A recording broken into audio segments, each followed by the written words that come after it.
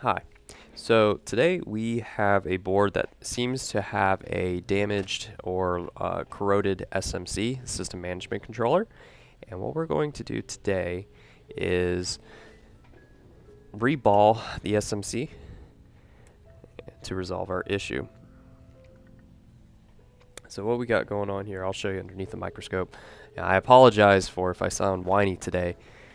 I'm just dealing with a sinus infection.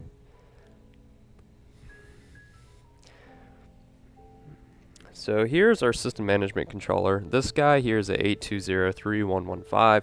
That is a 13-inch MacBook Pro unibody, 2012.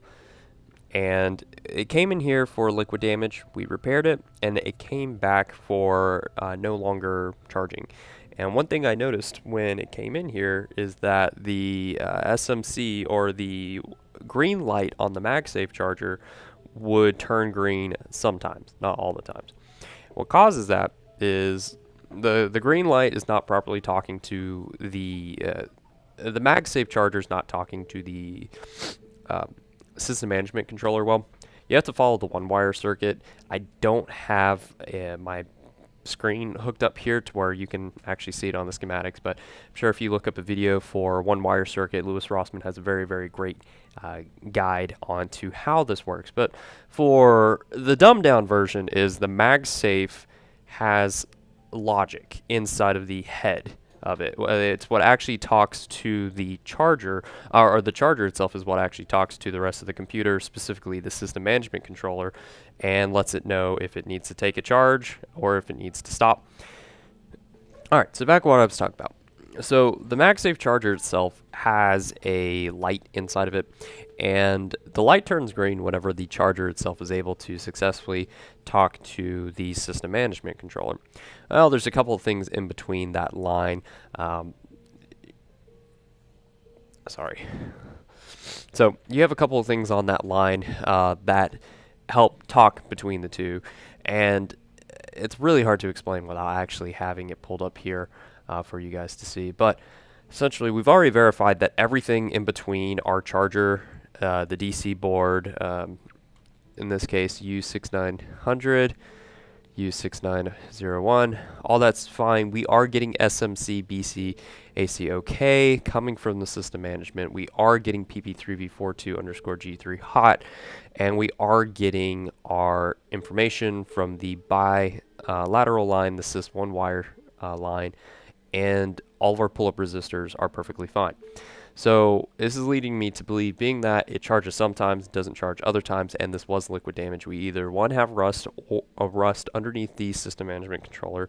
We're just going to call it SMC from here on out to make things a little easier, or we have some corrosion under the SMC, or worst case scenario, the SMC itself is actually going bad due to the liquid damage. So what I'm going to do here first we're going to try to reflow the SMC, and that is just a lazy man's way of heating it back up. Any bad solder joints underneath, we are going to reheat every single solder joint so that it makes a nice solid connection. If reflowing doesn't work, we're going to pull off the SMC and remove all the existing solder on there and put new solder paste onto it, so we have more so we have fresh new solder balls and solder it back on. If that still doesn't work at this point, then we're going to have to replace the SMC. Hopefully it doesn't come to that point, because replacing the SMC is something you kind of take a gamble with. You can't go to Amazon, eBay, Mouser, DigiKey and buy a SMC. You have to pull an SMC off of the exact identical logic board. It has to be, in this case, an 8203115. We can't pull it off of a prior year like a 2009 or 2010. It has to be a 13-inch 2012 MacBook Pro unibody. And the reason for that is because there is special firmware coding, for lack of a better term, in the SMC that is so proprietary, only Apple themselves have access to this information. We can't program it. We can't take the data off the SMC to reprogram a new SMC. We have to take one that's already programmed for this specific board. Now, what makes this so difficult is not only are we pulling boards off of boards that we're having to get SMCs from other MacBook boards, but more likely these MacBook boards are here because they have bad SMCs. So you don't know if you have a working SMC before you even put it on, and that just makes things a nightmare. Enough of my rambling. I'm just going to go ahead and start removing the underfill on the SMC, and we're going to reflow it. So I already have the board out, and here's the SMC. You can see the stuff on the corners. That is the underfill. Underfill is just a type of silicone or rubber-like material that holds the chip in place so it doesn't get jostled around. You'll usually see it on really important chips like the main processor, the GPU. The SMC is a very important one as well. So how we remove this is we're going to put our temperature on our heat station to a low temperature. And for me, with my workstation, I use 200 degrees Celsius. Everyone's workstation is a little bit different. Now I'm going to use an angled tip nozzle. And I'll use a scalpel too. Let's turn off our fume extractor because it's going to stink.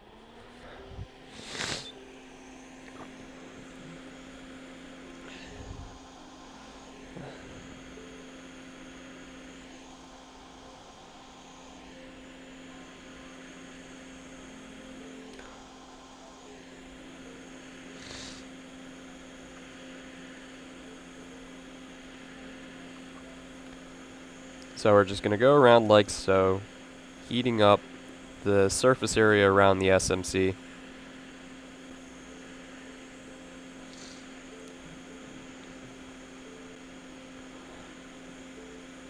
And what should happen is if this whole area is nice and heated up to a good hot temperature, then with our scalpel we'll be able to just kind of scoop everything off in one bit. So I'll start with this bottom left corner.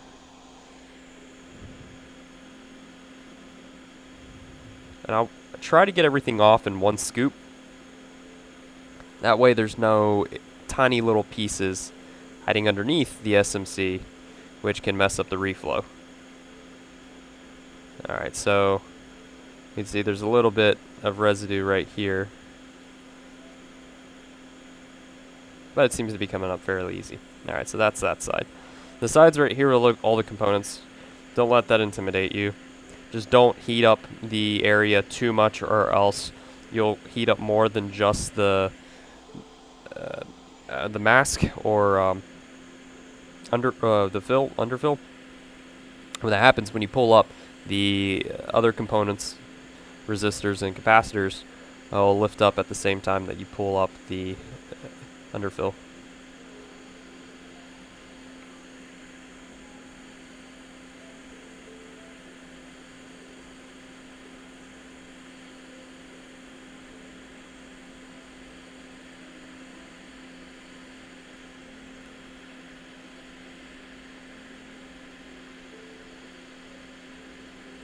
Notice how I'm not actually like digging into this. I'm just grabbing one side and kind of lifting up with it.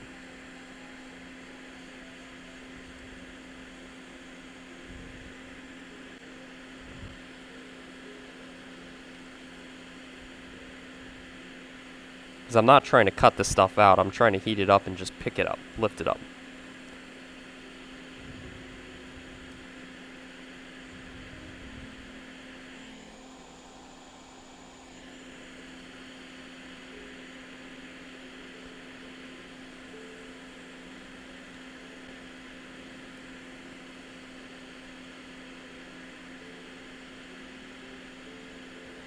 Alright, so there goes that corner, and I'm just going to put this underneath, kind of like at an angle, to see if there's any more of the silicone, the underfill. There's some right here, so I didn't get this top right that well. Yeah, you can see as I'm scraping or just poking it, there's some more that's trying to come out. So hopefully that doesn't mess with us in the long run. Let's do this top left corner.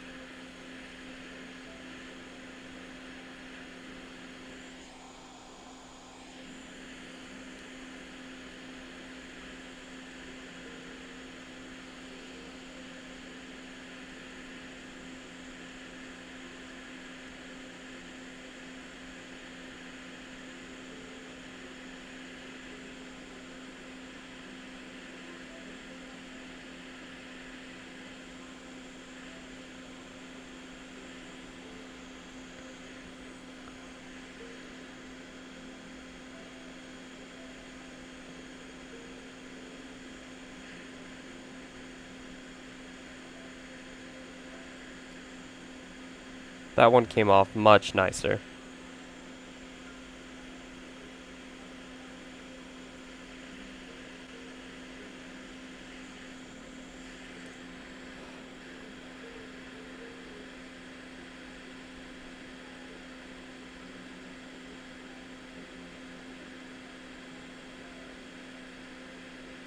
Okay. Now let's do this bottom right.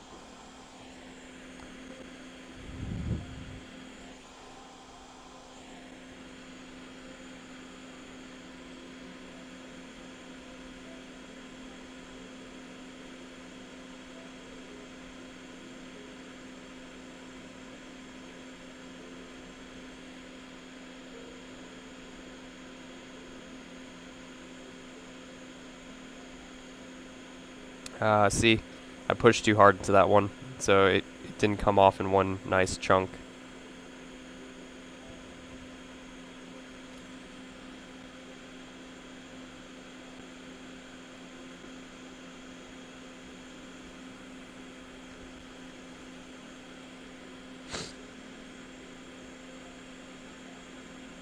And so removing the underfill is crucial. You don't want to just apply a whole bunch of flux onto the SMC and heat it up, because what will happen is the balls underneath, they're going to expand. Kind of think of water like ice cubes.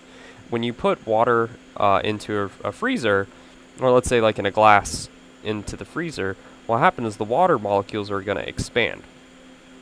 And if you have a glass glass in there that the water is into, then the glass is going to crack because it can't contain the water molecules expanding. And the same premises goes here to the SMC, except we're going to be using heat instead of freezing. So the solder itself, as we heat it up, the solder is going to expand. And so if we have it confined within the if we have it confined within the underfill, then as we heat up the chip, the solder balls are going to expand and they're going to touch one another underneath the chip and bridge the connections. Bridging meaning that they're touching. And by removing the flux, or I'm sorry, the underfill, we are allowing the chip to breathe, allowing the chip to move around. Something that with the underfill on, we would not have that liberty to do. It would just be stuck in a finite position. Alright, so I just put this onto a rubber heat mat so that I don't burn my workstation mat, and we're going to crank this up a little bit warmer. So for MacBooks, I do typically between 300 to 400. In this case, since I don't want to absolutely nuke this guy, I'm going to put this at a nice even temperature. Let's do 350. And we'll crank up our airflow just a little bit.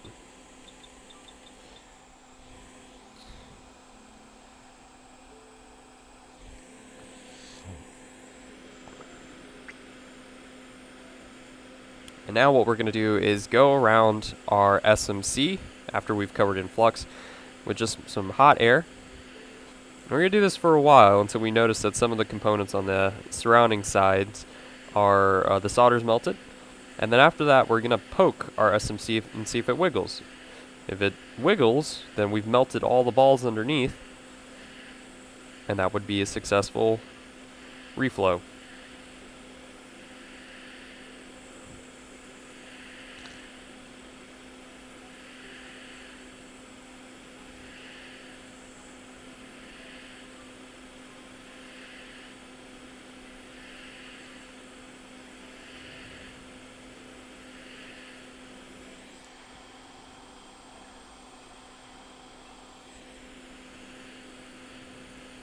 Alright, so I'm noticing some of the capacitors down here in the bottom right corner are beginning to melt. Our SMC is not moving just yet.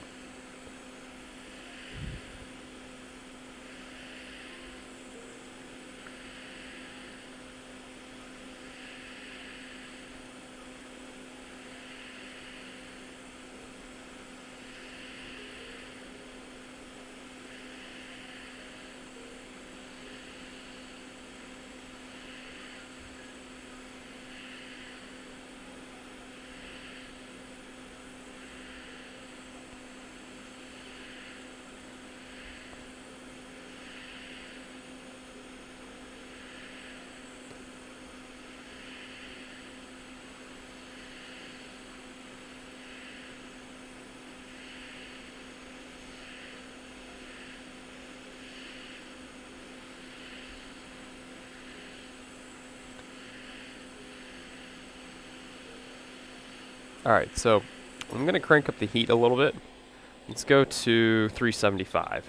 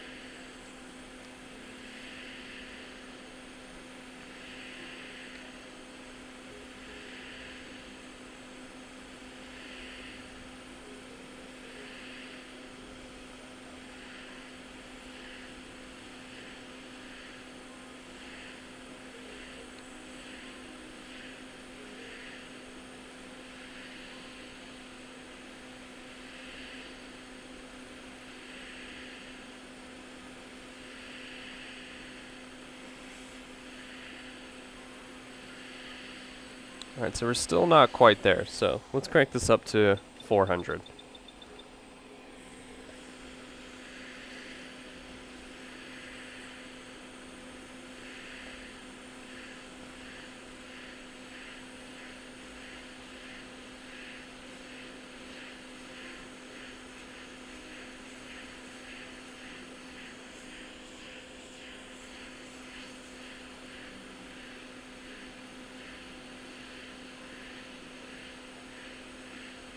Alright, so I just tapped the top right and I saw it move a little bit, but the rest of it, the chip, didn't, and that just means that there are some ground parts that haven't heated up yet.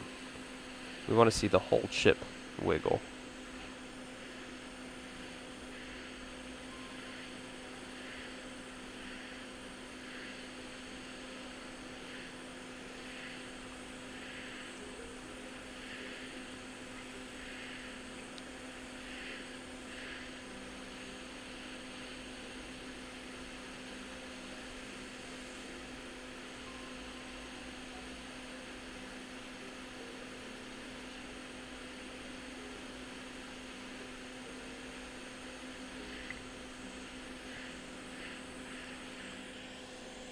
And just to be safe, I'm going to put some more flux just around the sides.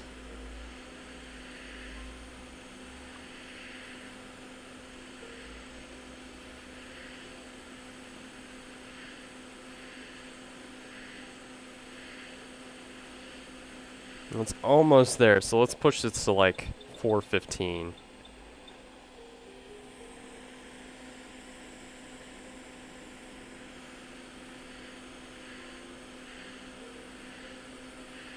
The max I'll ever go to is 450, but that's in very, very rare occasions.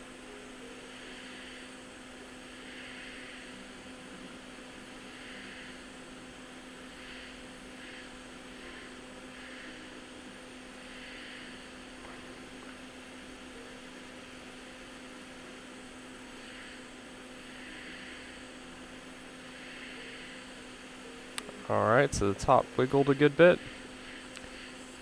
Let's get the bottom to wiggle. I think the bottom still has some silicone on the bottom right corner. That's what it feels like. So that could be very well be one reason why it's not moving. So I'm just going to go ahead and stop. We'll consider that a successful reflow. Well, successful if it works.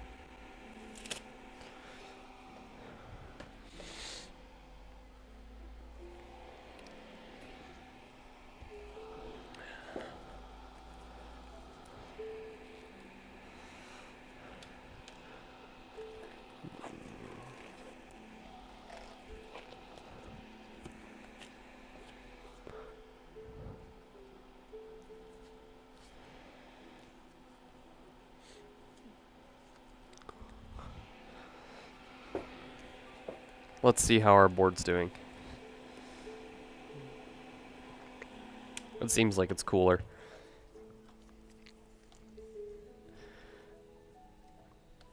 Are you going to work? Are you going to keep a solid light? Let's find out.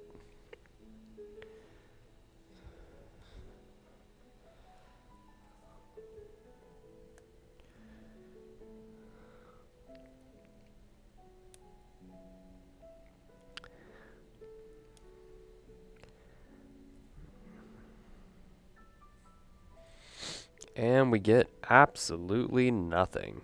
Before we were getting some power fluctuation. So our reflow was not successful. At this point, we're going to have to pull off the chip and reball it.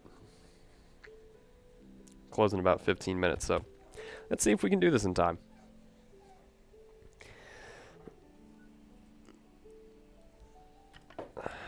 So with the reflow, or with the reball, that involves pulling off the chip.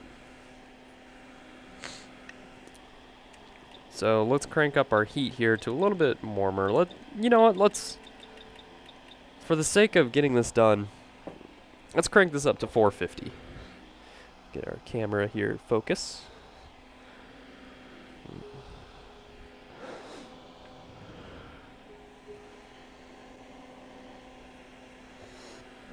And I have a leftover flux that's just coming off of my nozzle, so I'm just going to scoop that right along the lines. And let's put a little bit extra, because this repair or removing the SMC involves using a lot of heat.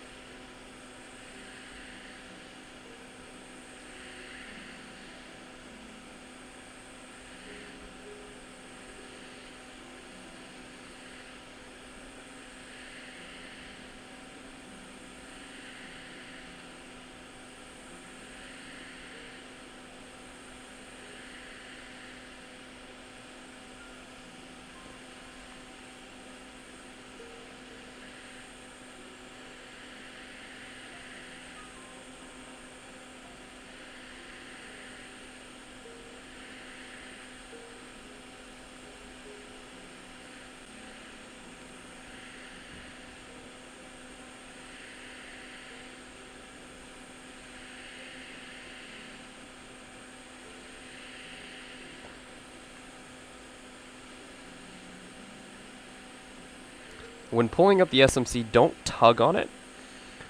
You want to wait for the whole SMC to move around, kind of like with the reflow, and then just pop it off loose. And I can see where our issue was the bottom right. We still have some underfill left on it. So that was probably preventing us from doing a successful reflow. Now that it's hot, I'm just going to scrape some of that stuff right off. Scoop. Scoop, not scrape. I'm scooping.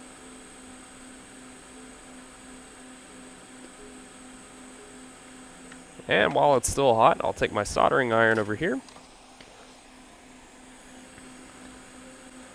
Wait for it to beep.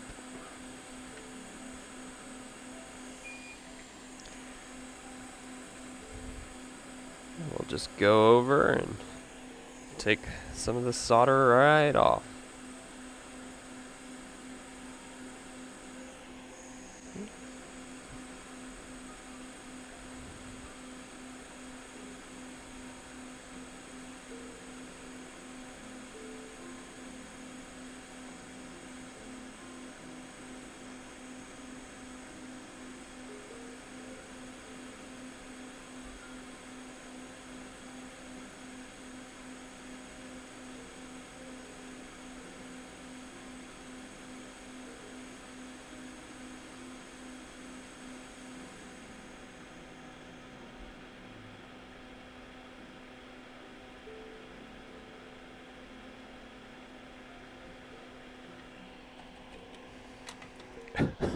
And while it's hot, I will also put some isopropyl alcohol and a Q-tip and remove some of this existing flux. As the flux will begin to caramelize as it cools, so much easier to remove when it's warm.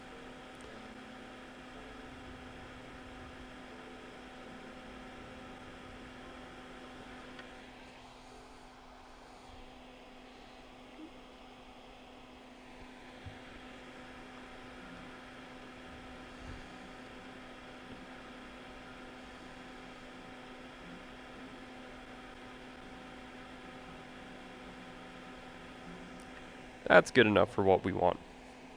I'm going to put our board aside for now. We no longer need it at this moment. And this is our system management controller.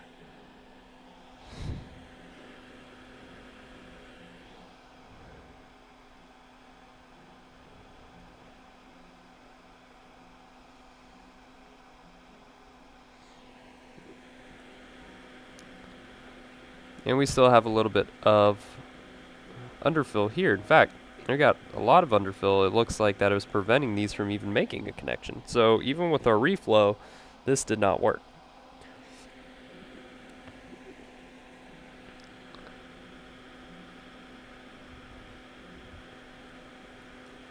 And how I mentioned that the flux will caramelize, the underfill itself just almost turns itself back into like an epoxy. Just snapping off. At this point, I'm going to put a little bit of, I'm going to wick this up, is what I was trying to say.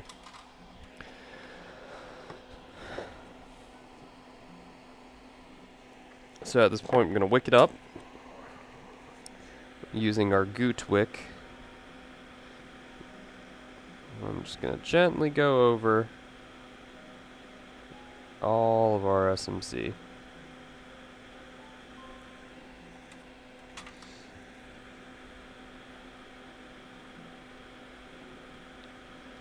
And we almost got everything.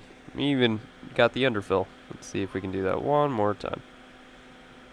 We missed a spot right here. Missed that as a spot, and then our underfill.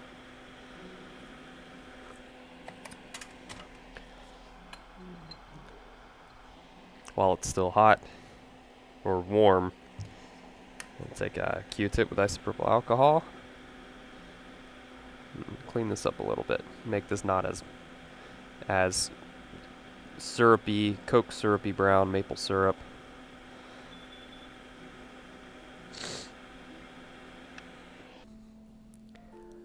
Let's remove the last little bit of that junk. The side is not going to hurt us.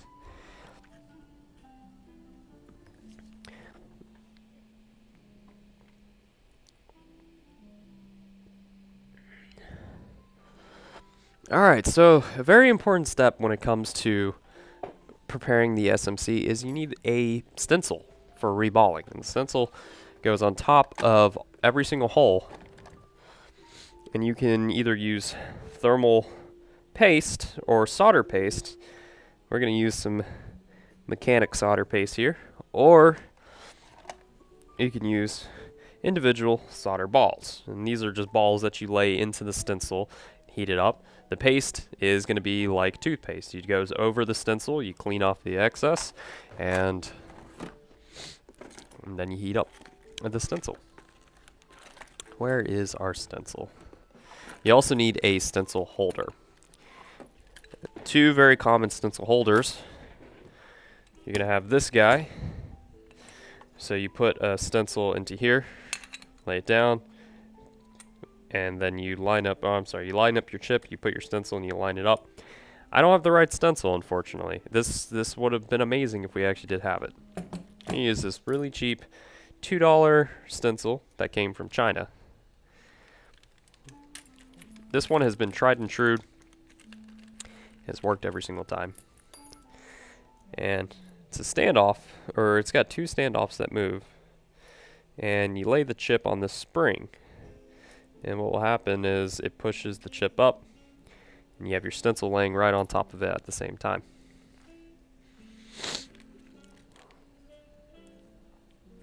And then we have the actual stencil. So the stencil I got from Louis Rossman's shop. His website is store.rossmangroup.com. I think the stencil is about $6 before shipping, but it's imperative for doing a stencil reball. So let's get this back in view so we can get a better focus on what's going on here. Yeah, let's make sure that our stencil doesn't have any crud in it. It looks pretty clean from last time.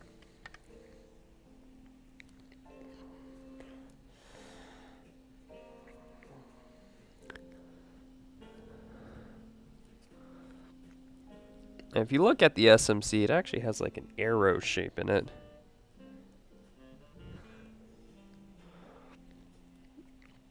And we gotta line up that arrow with the stencil.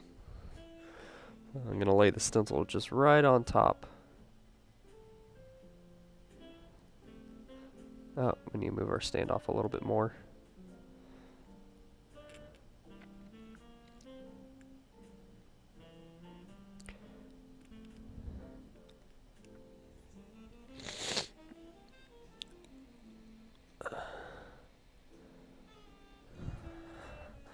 See if I can get this more, move up my scope.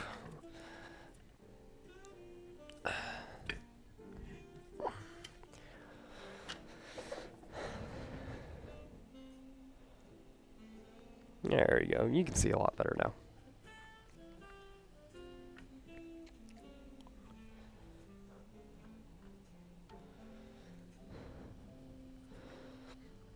If we look, where the balls are going to go onto the chip aren't properly aligned.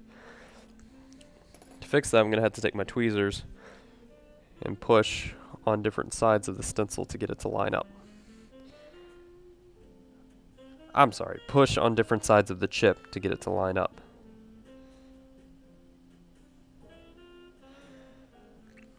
That looks pretty good.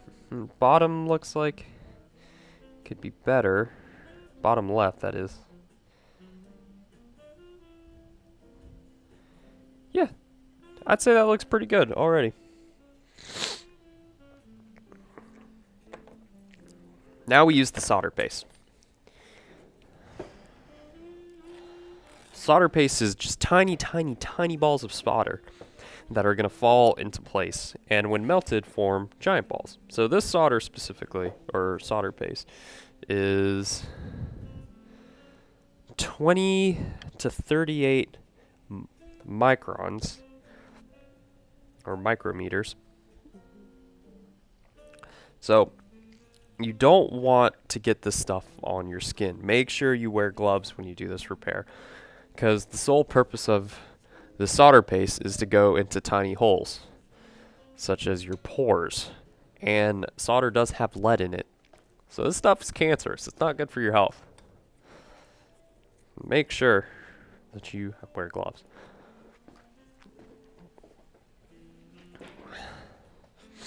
So what I do is I take my flat blade knife and dip it into the solder paste.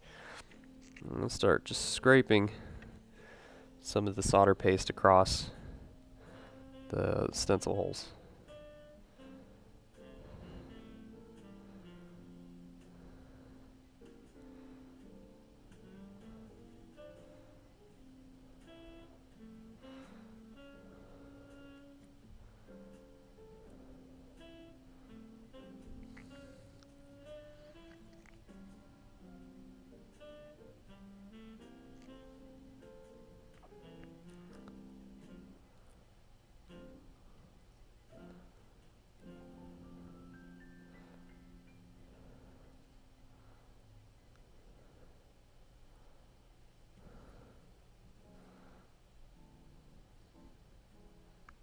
Ooh.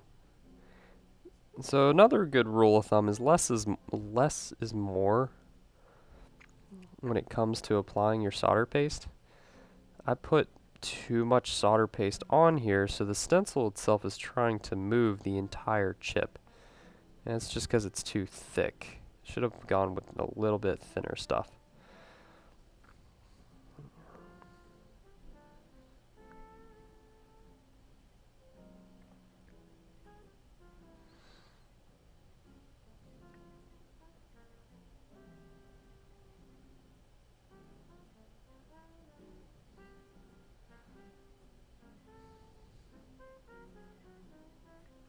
And we almost have all of our holes.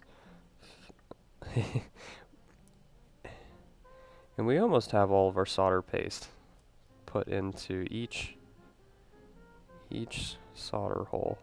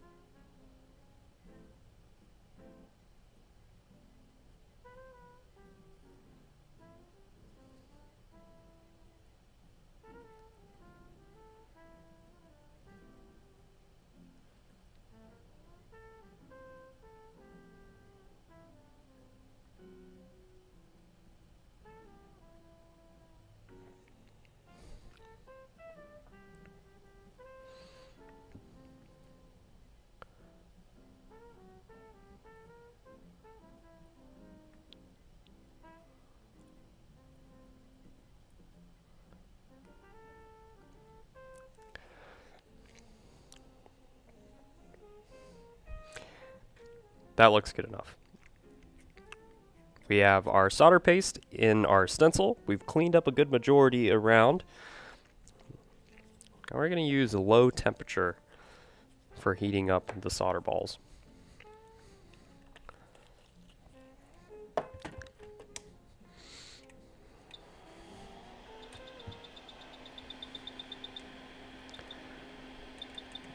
And also some low air. So if you have a quick 861 DW, set it to about 250 at 60 air.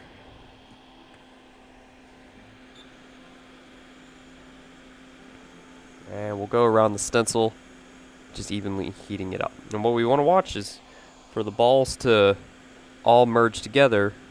Remember, this is 20 to 38 microns of solder paste, and we want it to turn into one larger solder ball.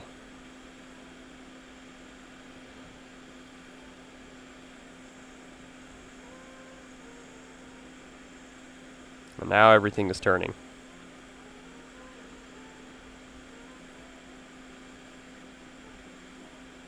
There are some spots that look like they could use some more solder. I'll wait for this to chill real fast, and we'll take another look at it. That top left The one underneath the top left looks like it could use just a tad bit more solder.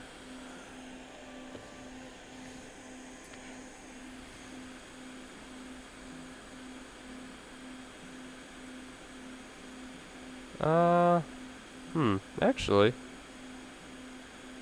it looks like it might be okay. All right, we're gonna work with this. All right, we're not gonna add any more flux or solder paste.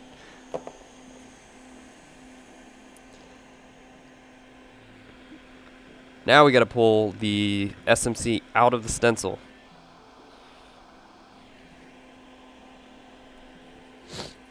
And to do that, we'll grab the stencil with the tweezer. And then if you have something sharp like another tweezer or a scalpel, you're going to push down from the corner and work your way into the center. But just push gently. If you don't see any movement, then heat up the entire chip again. That's what we got going on here. So we're just going to heat this. We're not going to heat it to the point that it all melts again. I'm just going to get it nice and warm like that.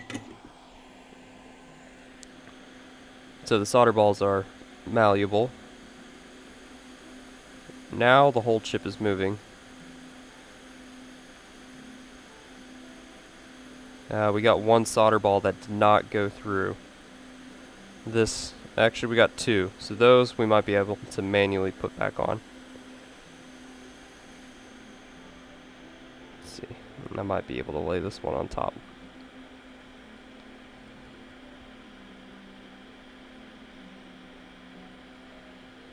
And then we got one more.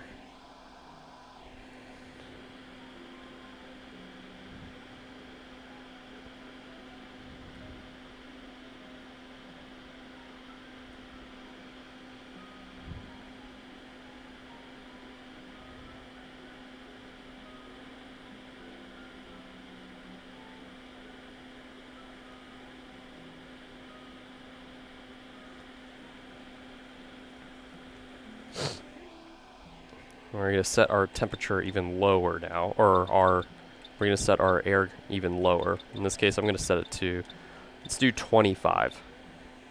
I'll keep the heat the same.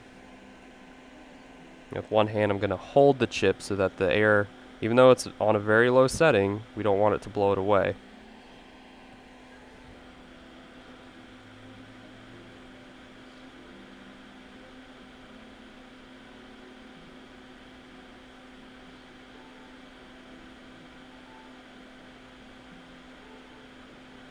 Alright, our bottom ball that went missing soldered back on, and we should see all the balls just kind of line up. Our right side is lined up.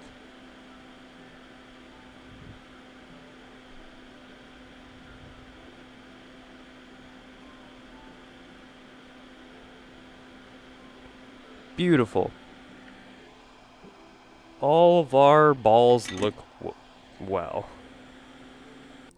So now that we have all of our balls on our SMC, we're going to heat it up onto our logic board here.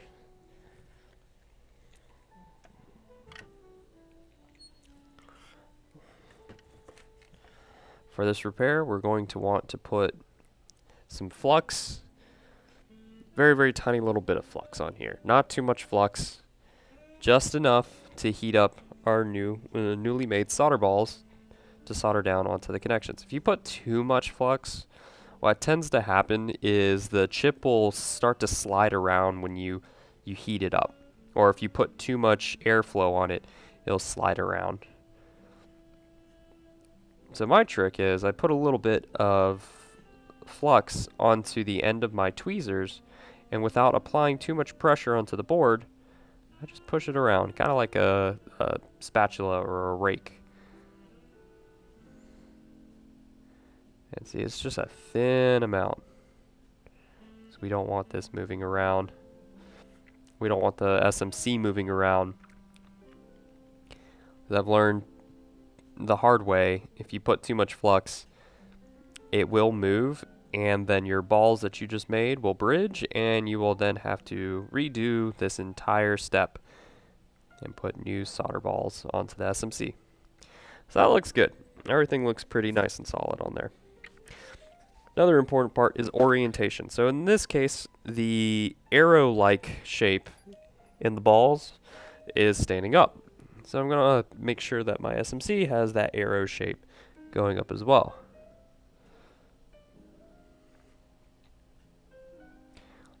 Now we have to line up our SMC.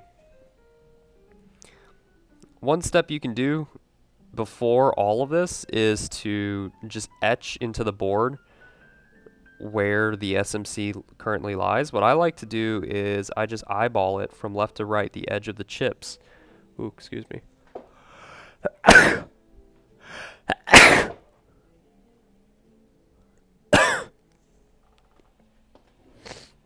What I like to do is just eyeball it. If you look at the distance between this pad and this looks pretty centered here. I'm going to push that up some. And then kind of get an idea or an estimate of where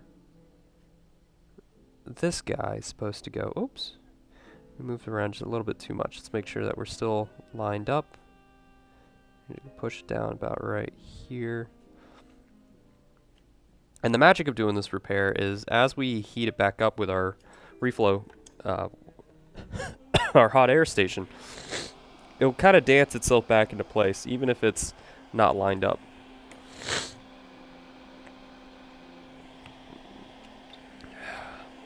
Alright, so we're going to have to crank our airflow up a little bit, so I'm going to put it back at 60. And then our temperature, I'm going to push up to 450. That's what we had when we took it off. Let's do 400. The new solder we put on is a lower melt solder, so it doesn't need as much heat. Let's do it even 400.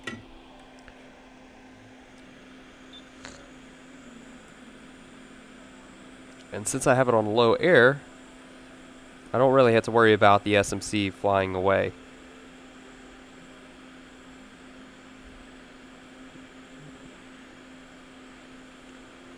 And this part's kind of monotonous, but we're just going to go around in circles until we see the chip slide into place. Oh, so that part already slid. So we were off by a little bit. There we go. So the whole chip just went ahead and lined itself up.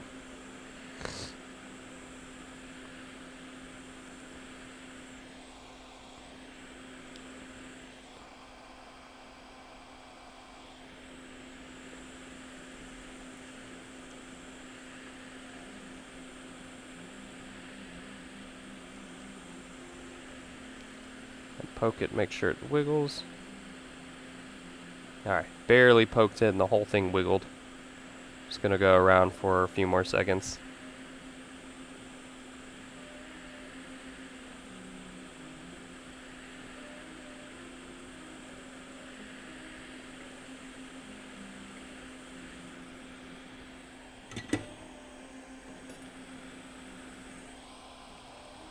I'll lift it up at an angle and see if I can examine the balls from here. Not really. Might be able to pull the microscope out off the edge of our desk.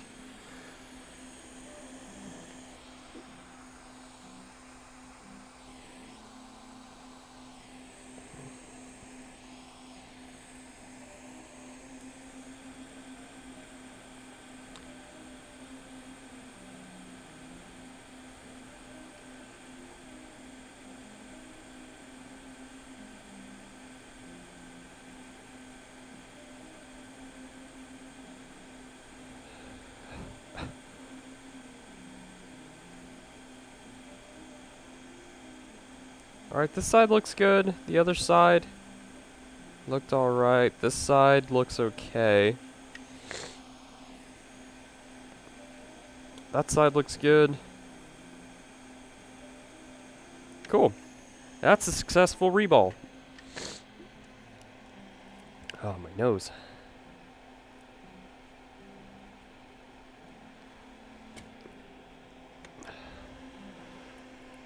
We'll give this a minute to chill.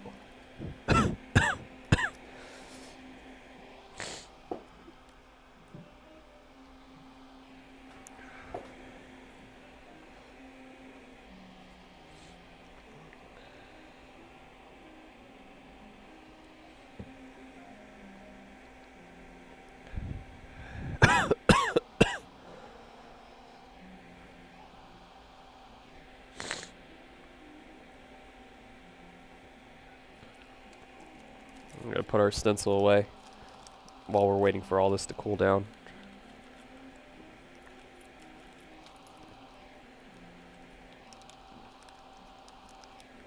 And we no longer need our solder paste either, so we'll put that up.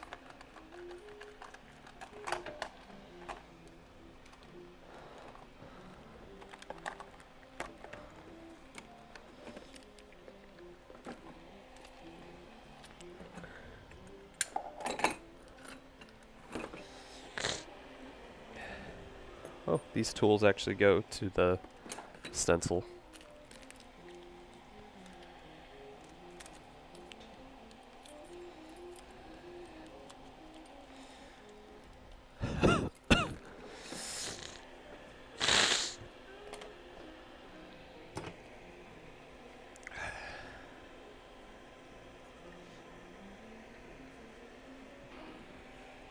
Don't need this heat mat anymore.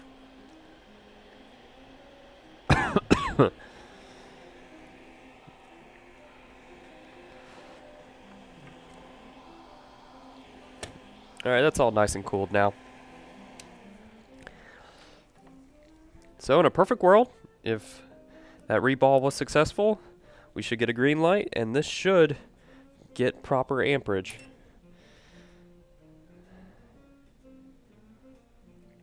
Well, it looks like either our SMC is either bad or there's something else going on, because we got a green light now, but it is going in and out. So maybe there actually is something wrong in between the charger and the SMC, or there's still a chance the SMCs could go bad, or could be going bad.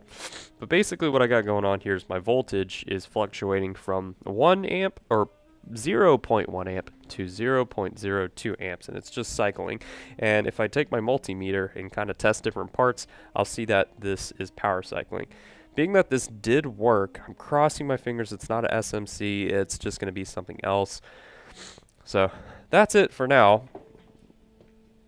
But at least that was a good little detail of what all goes into reballing a system management controller. So if you were to ever do this repair, you definitely need to have either some solder paste or solder balls. You have to have a working system management controller, which we may or may not have here, and you also need a stencil. And patience. Patience is a virtue. The first time I did this repair, it took me about 3 hours. As you saw now, I got that one, fortunately, knock on wood, first try. But the first one took me about 10 tries before I could get the balls perfectly lined up. So that's it, and we'll see you in the next one.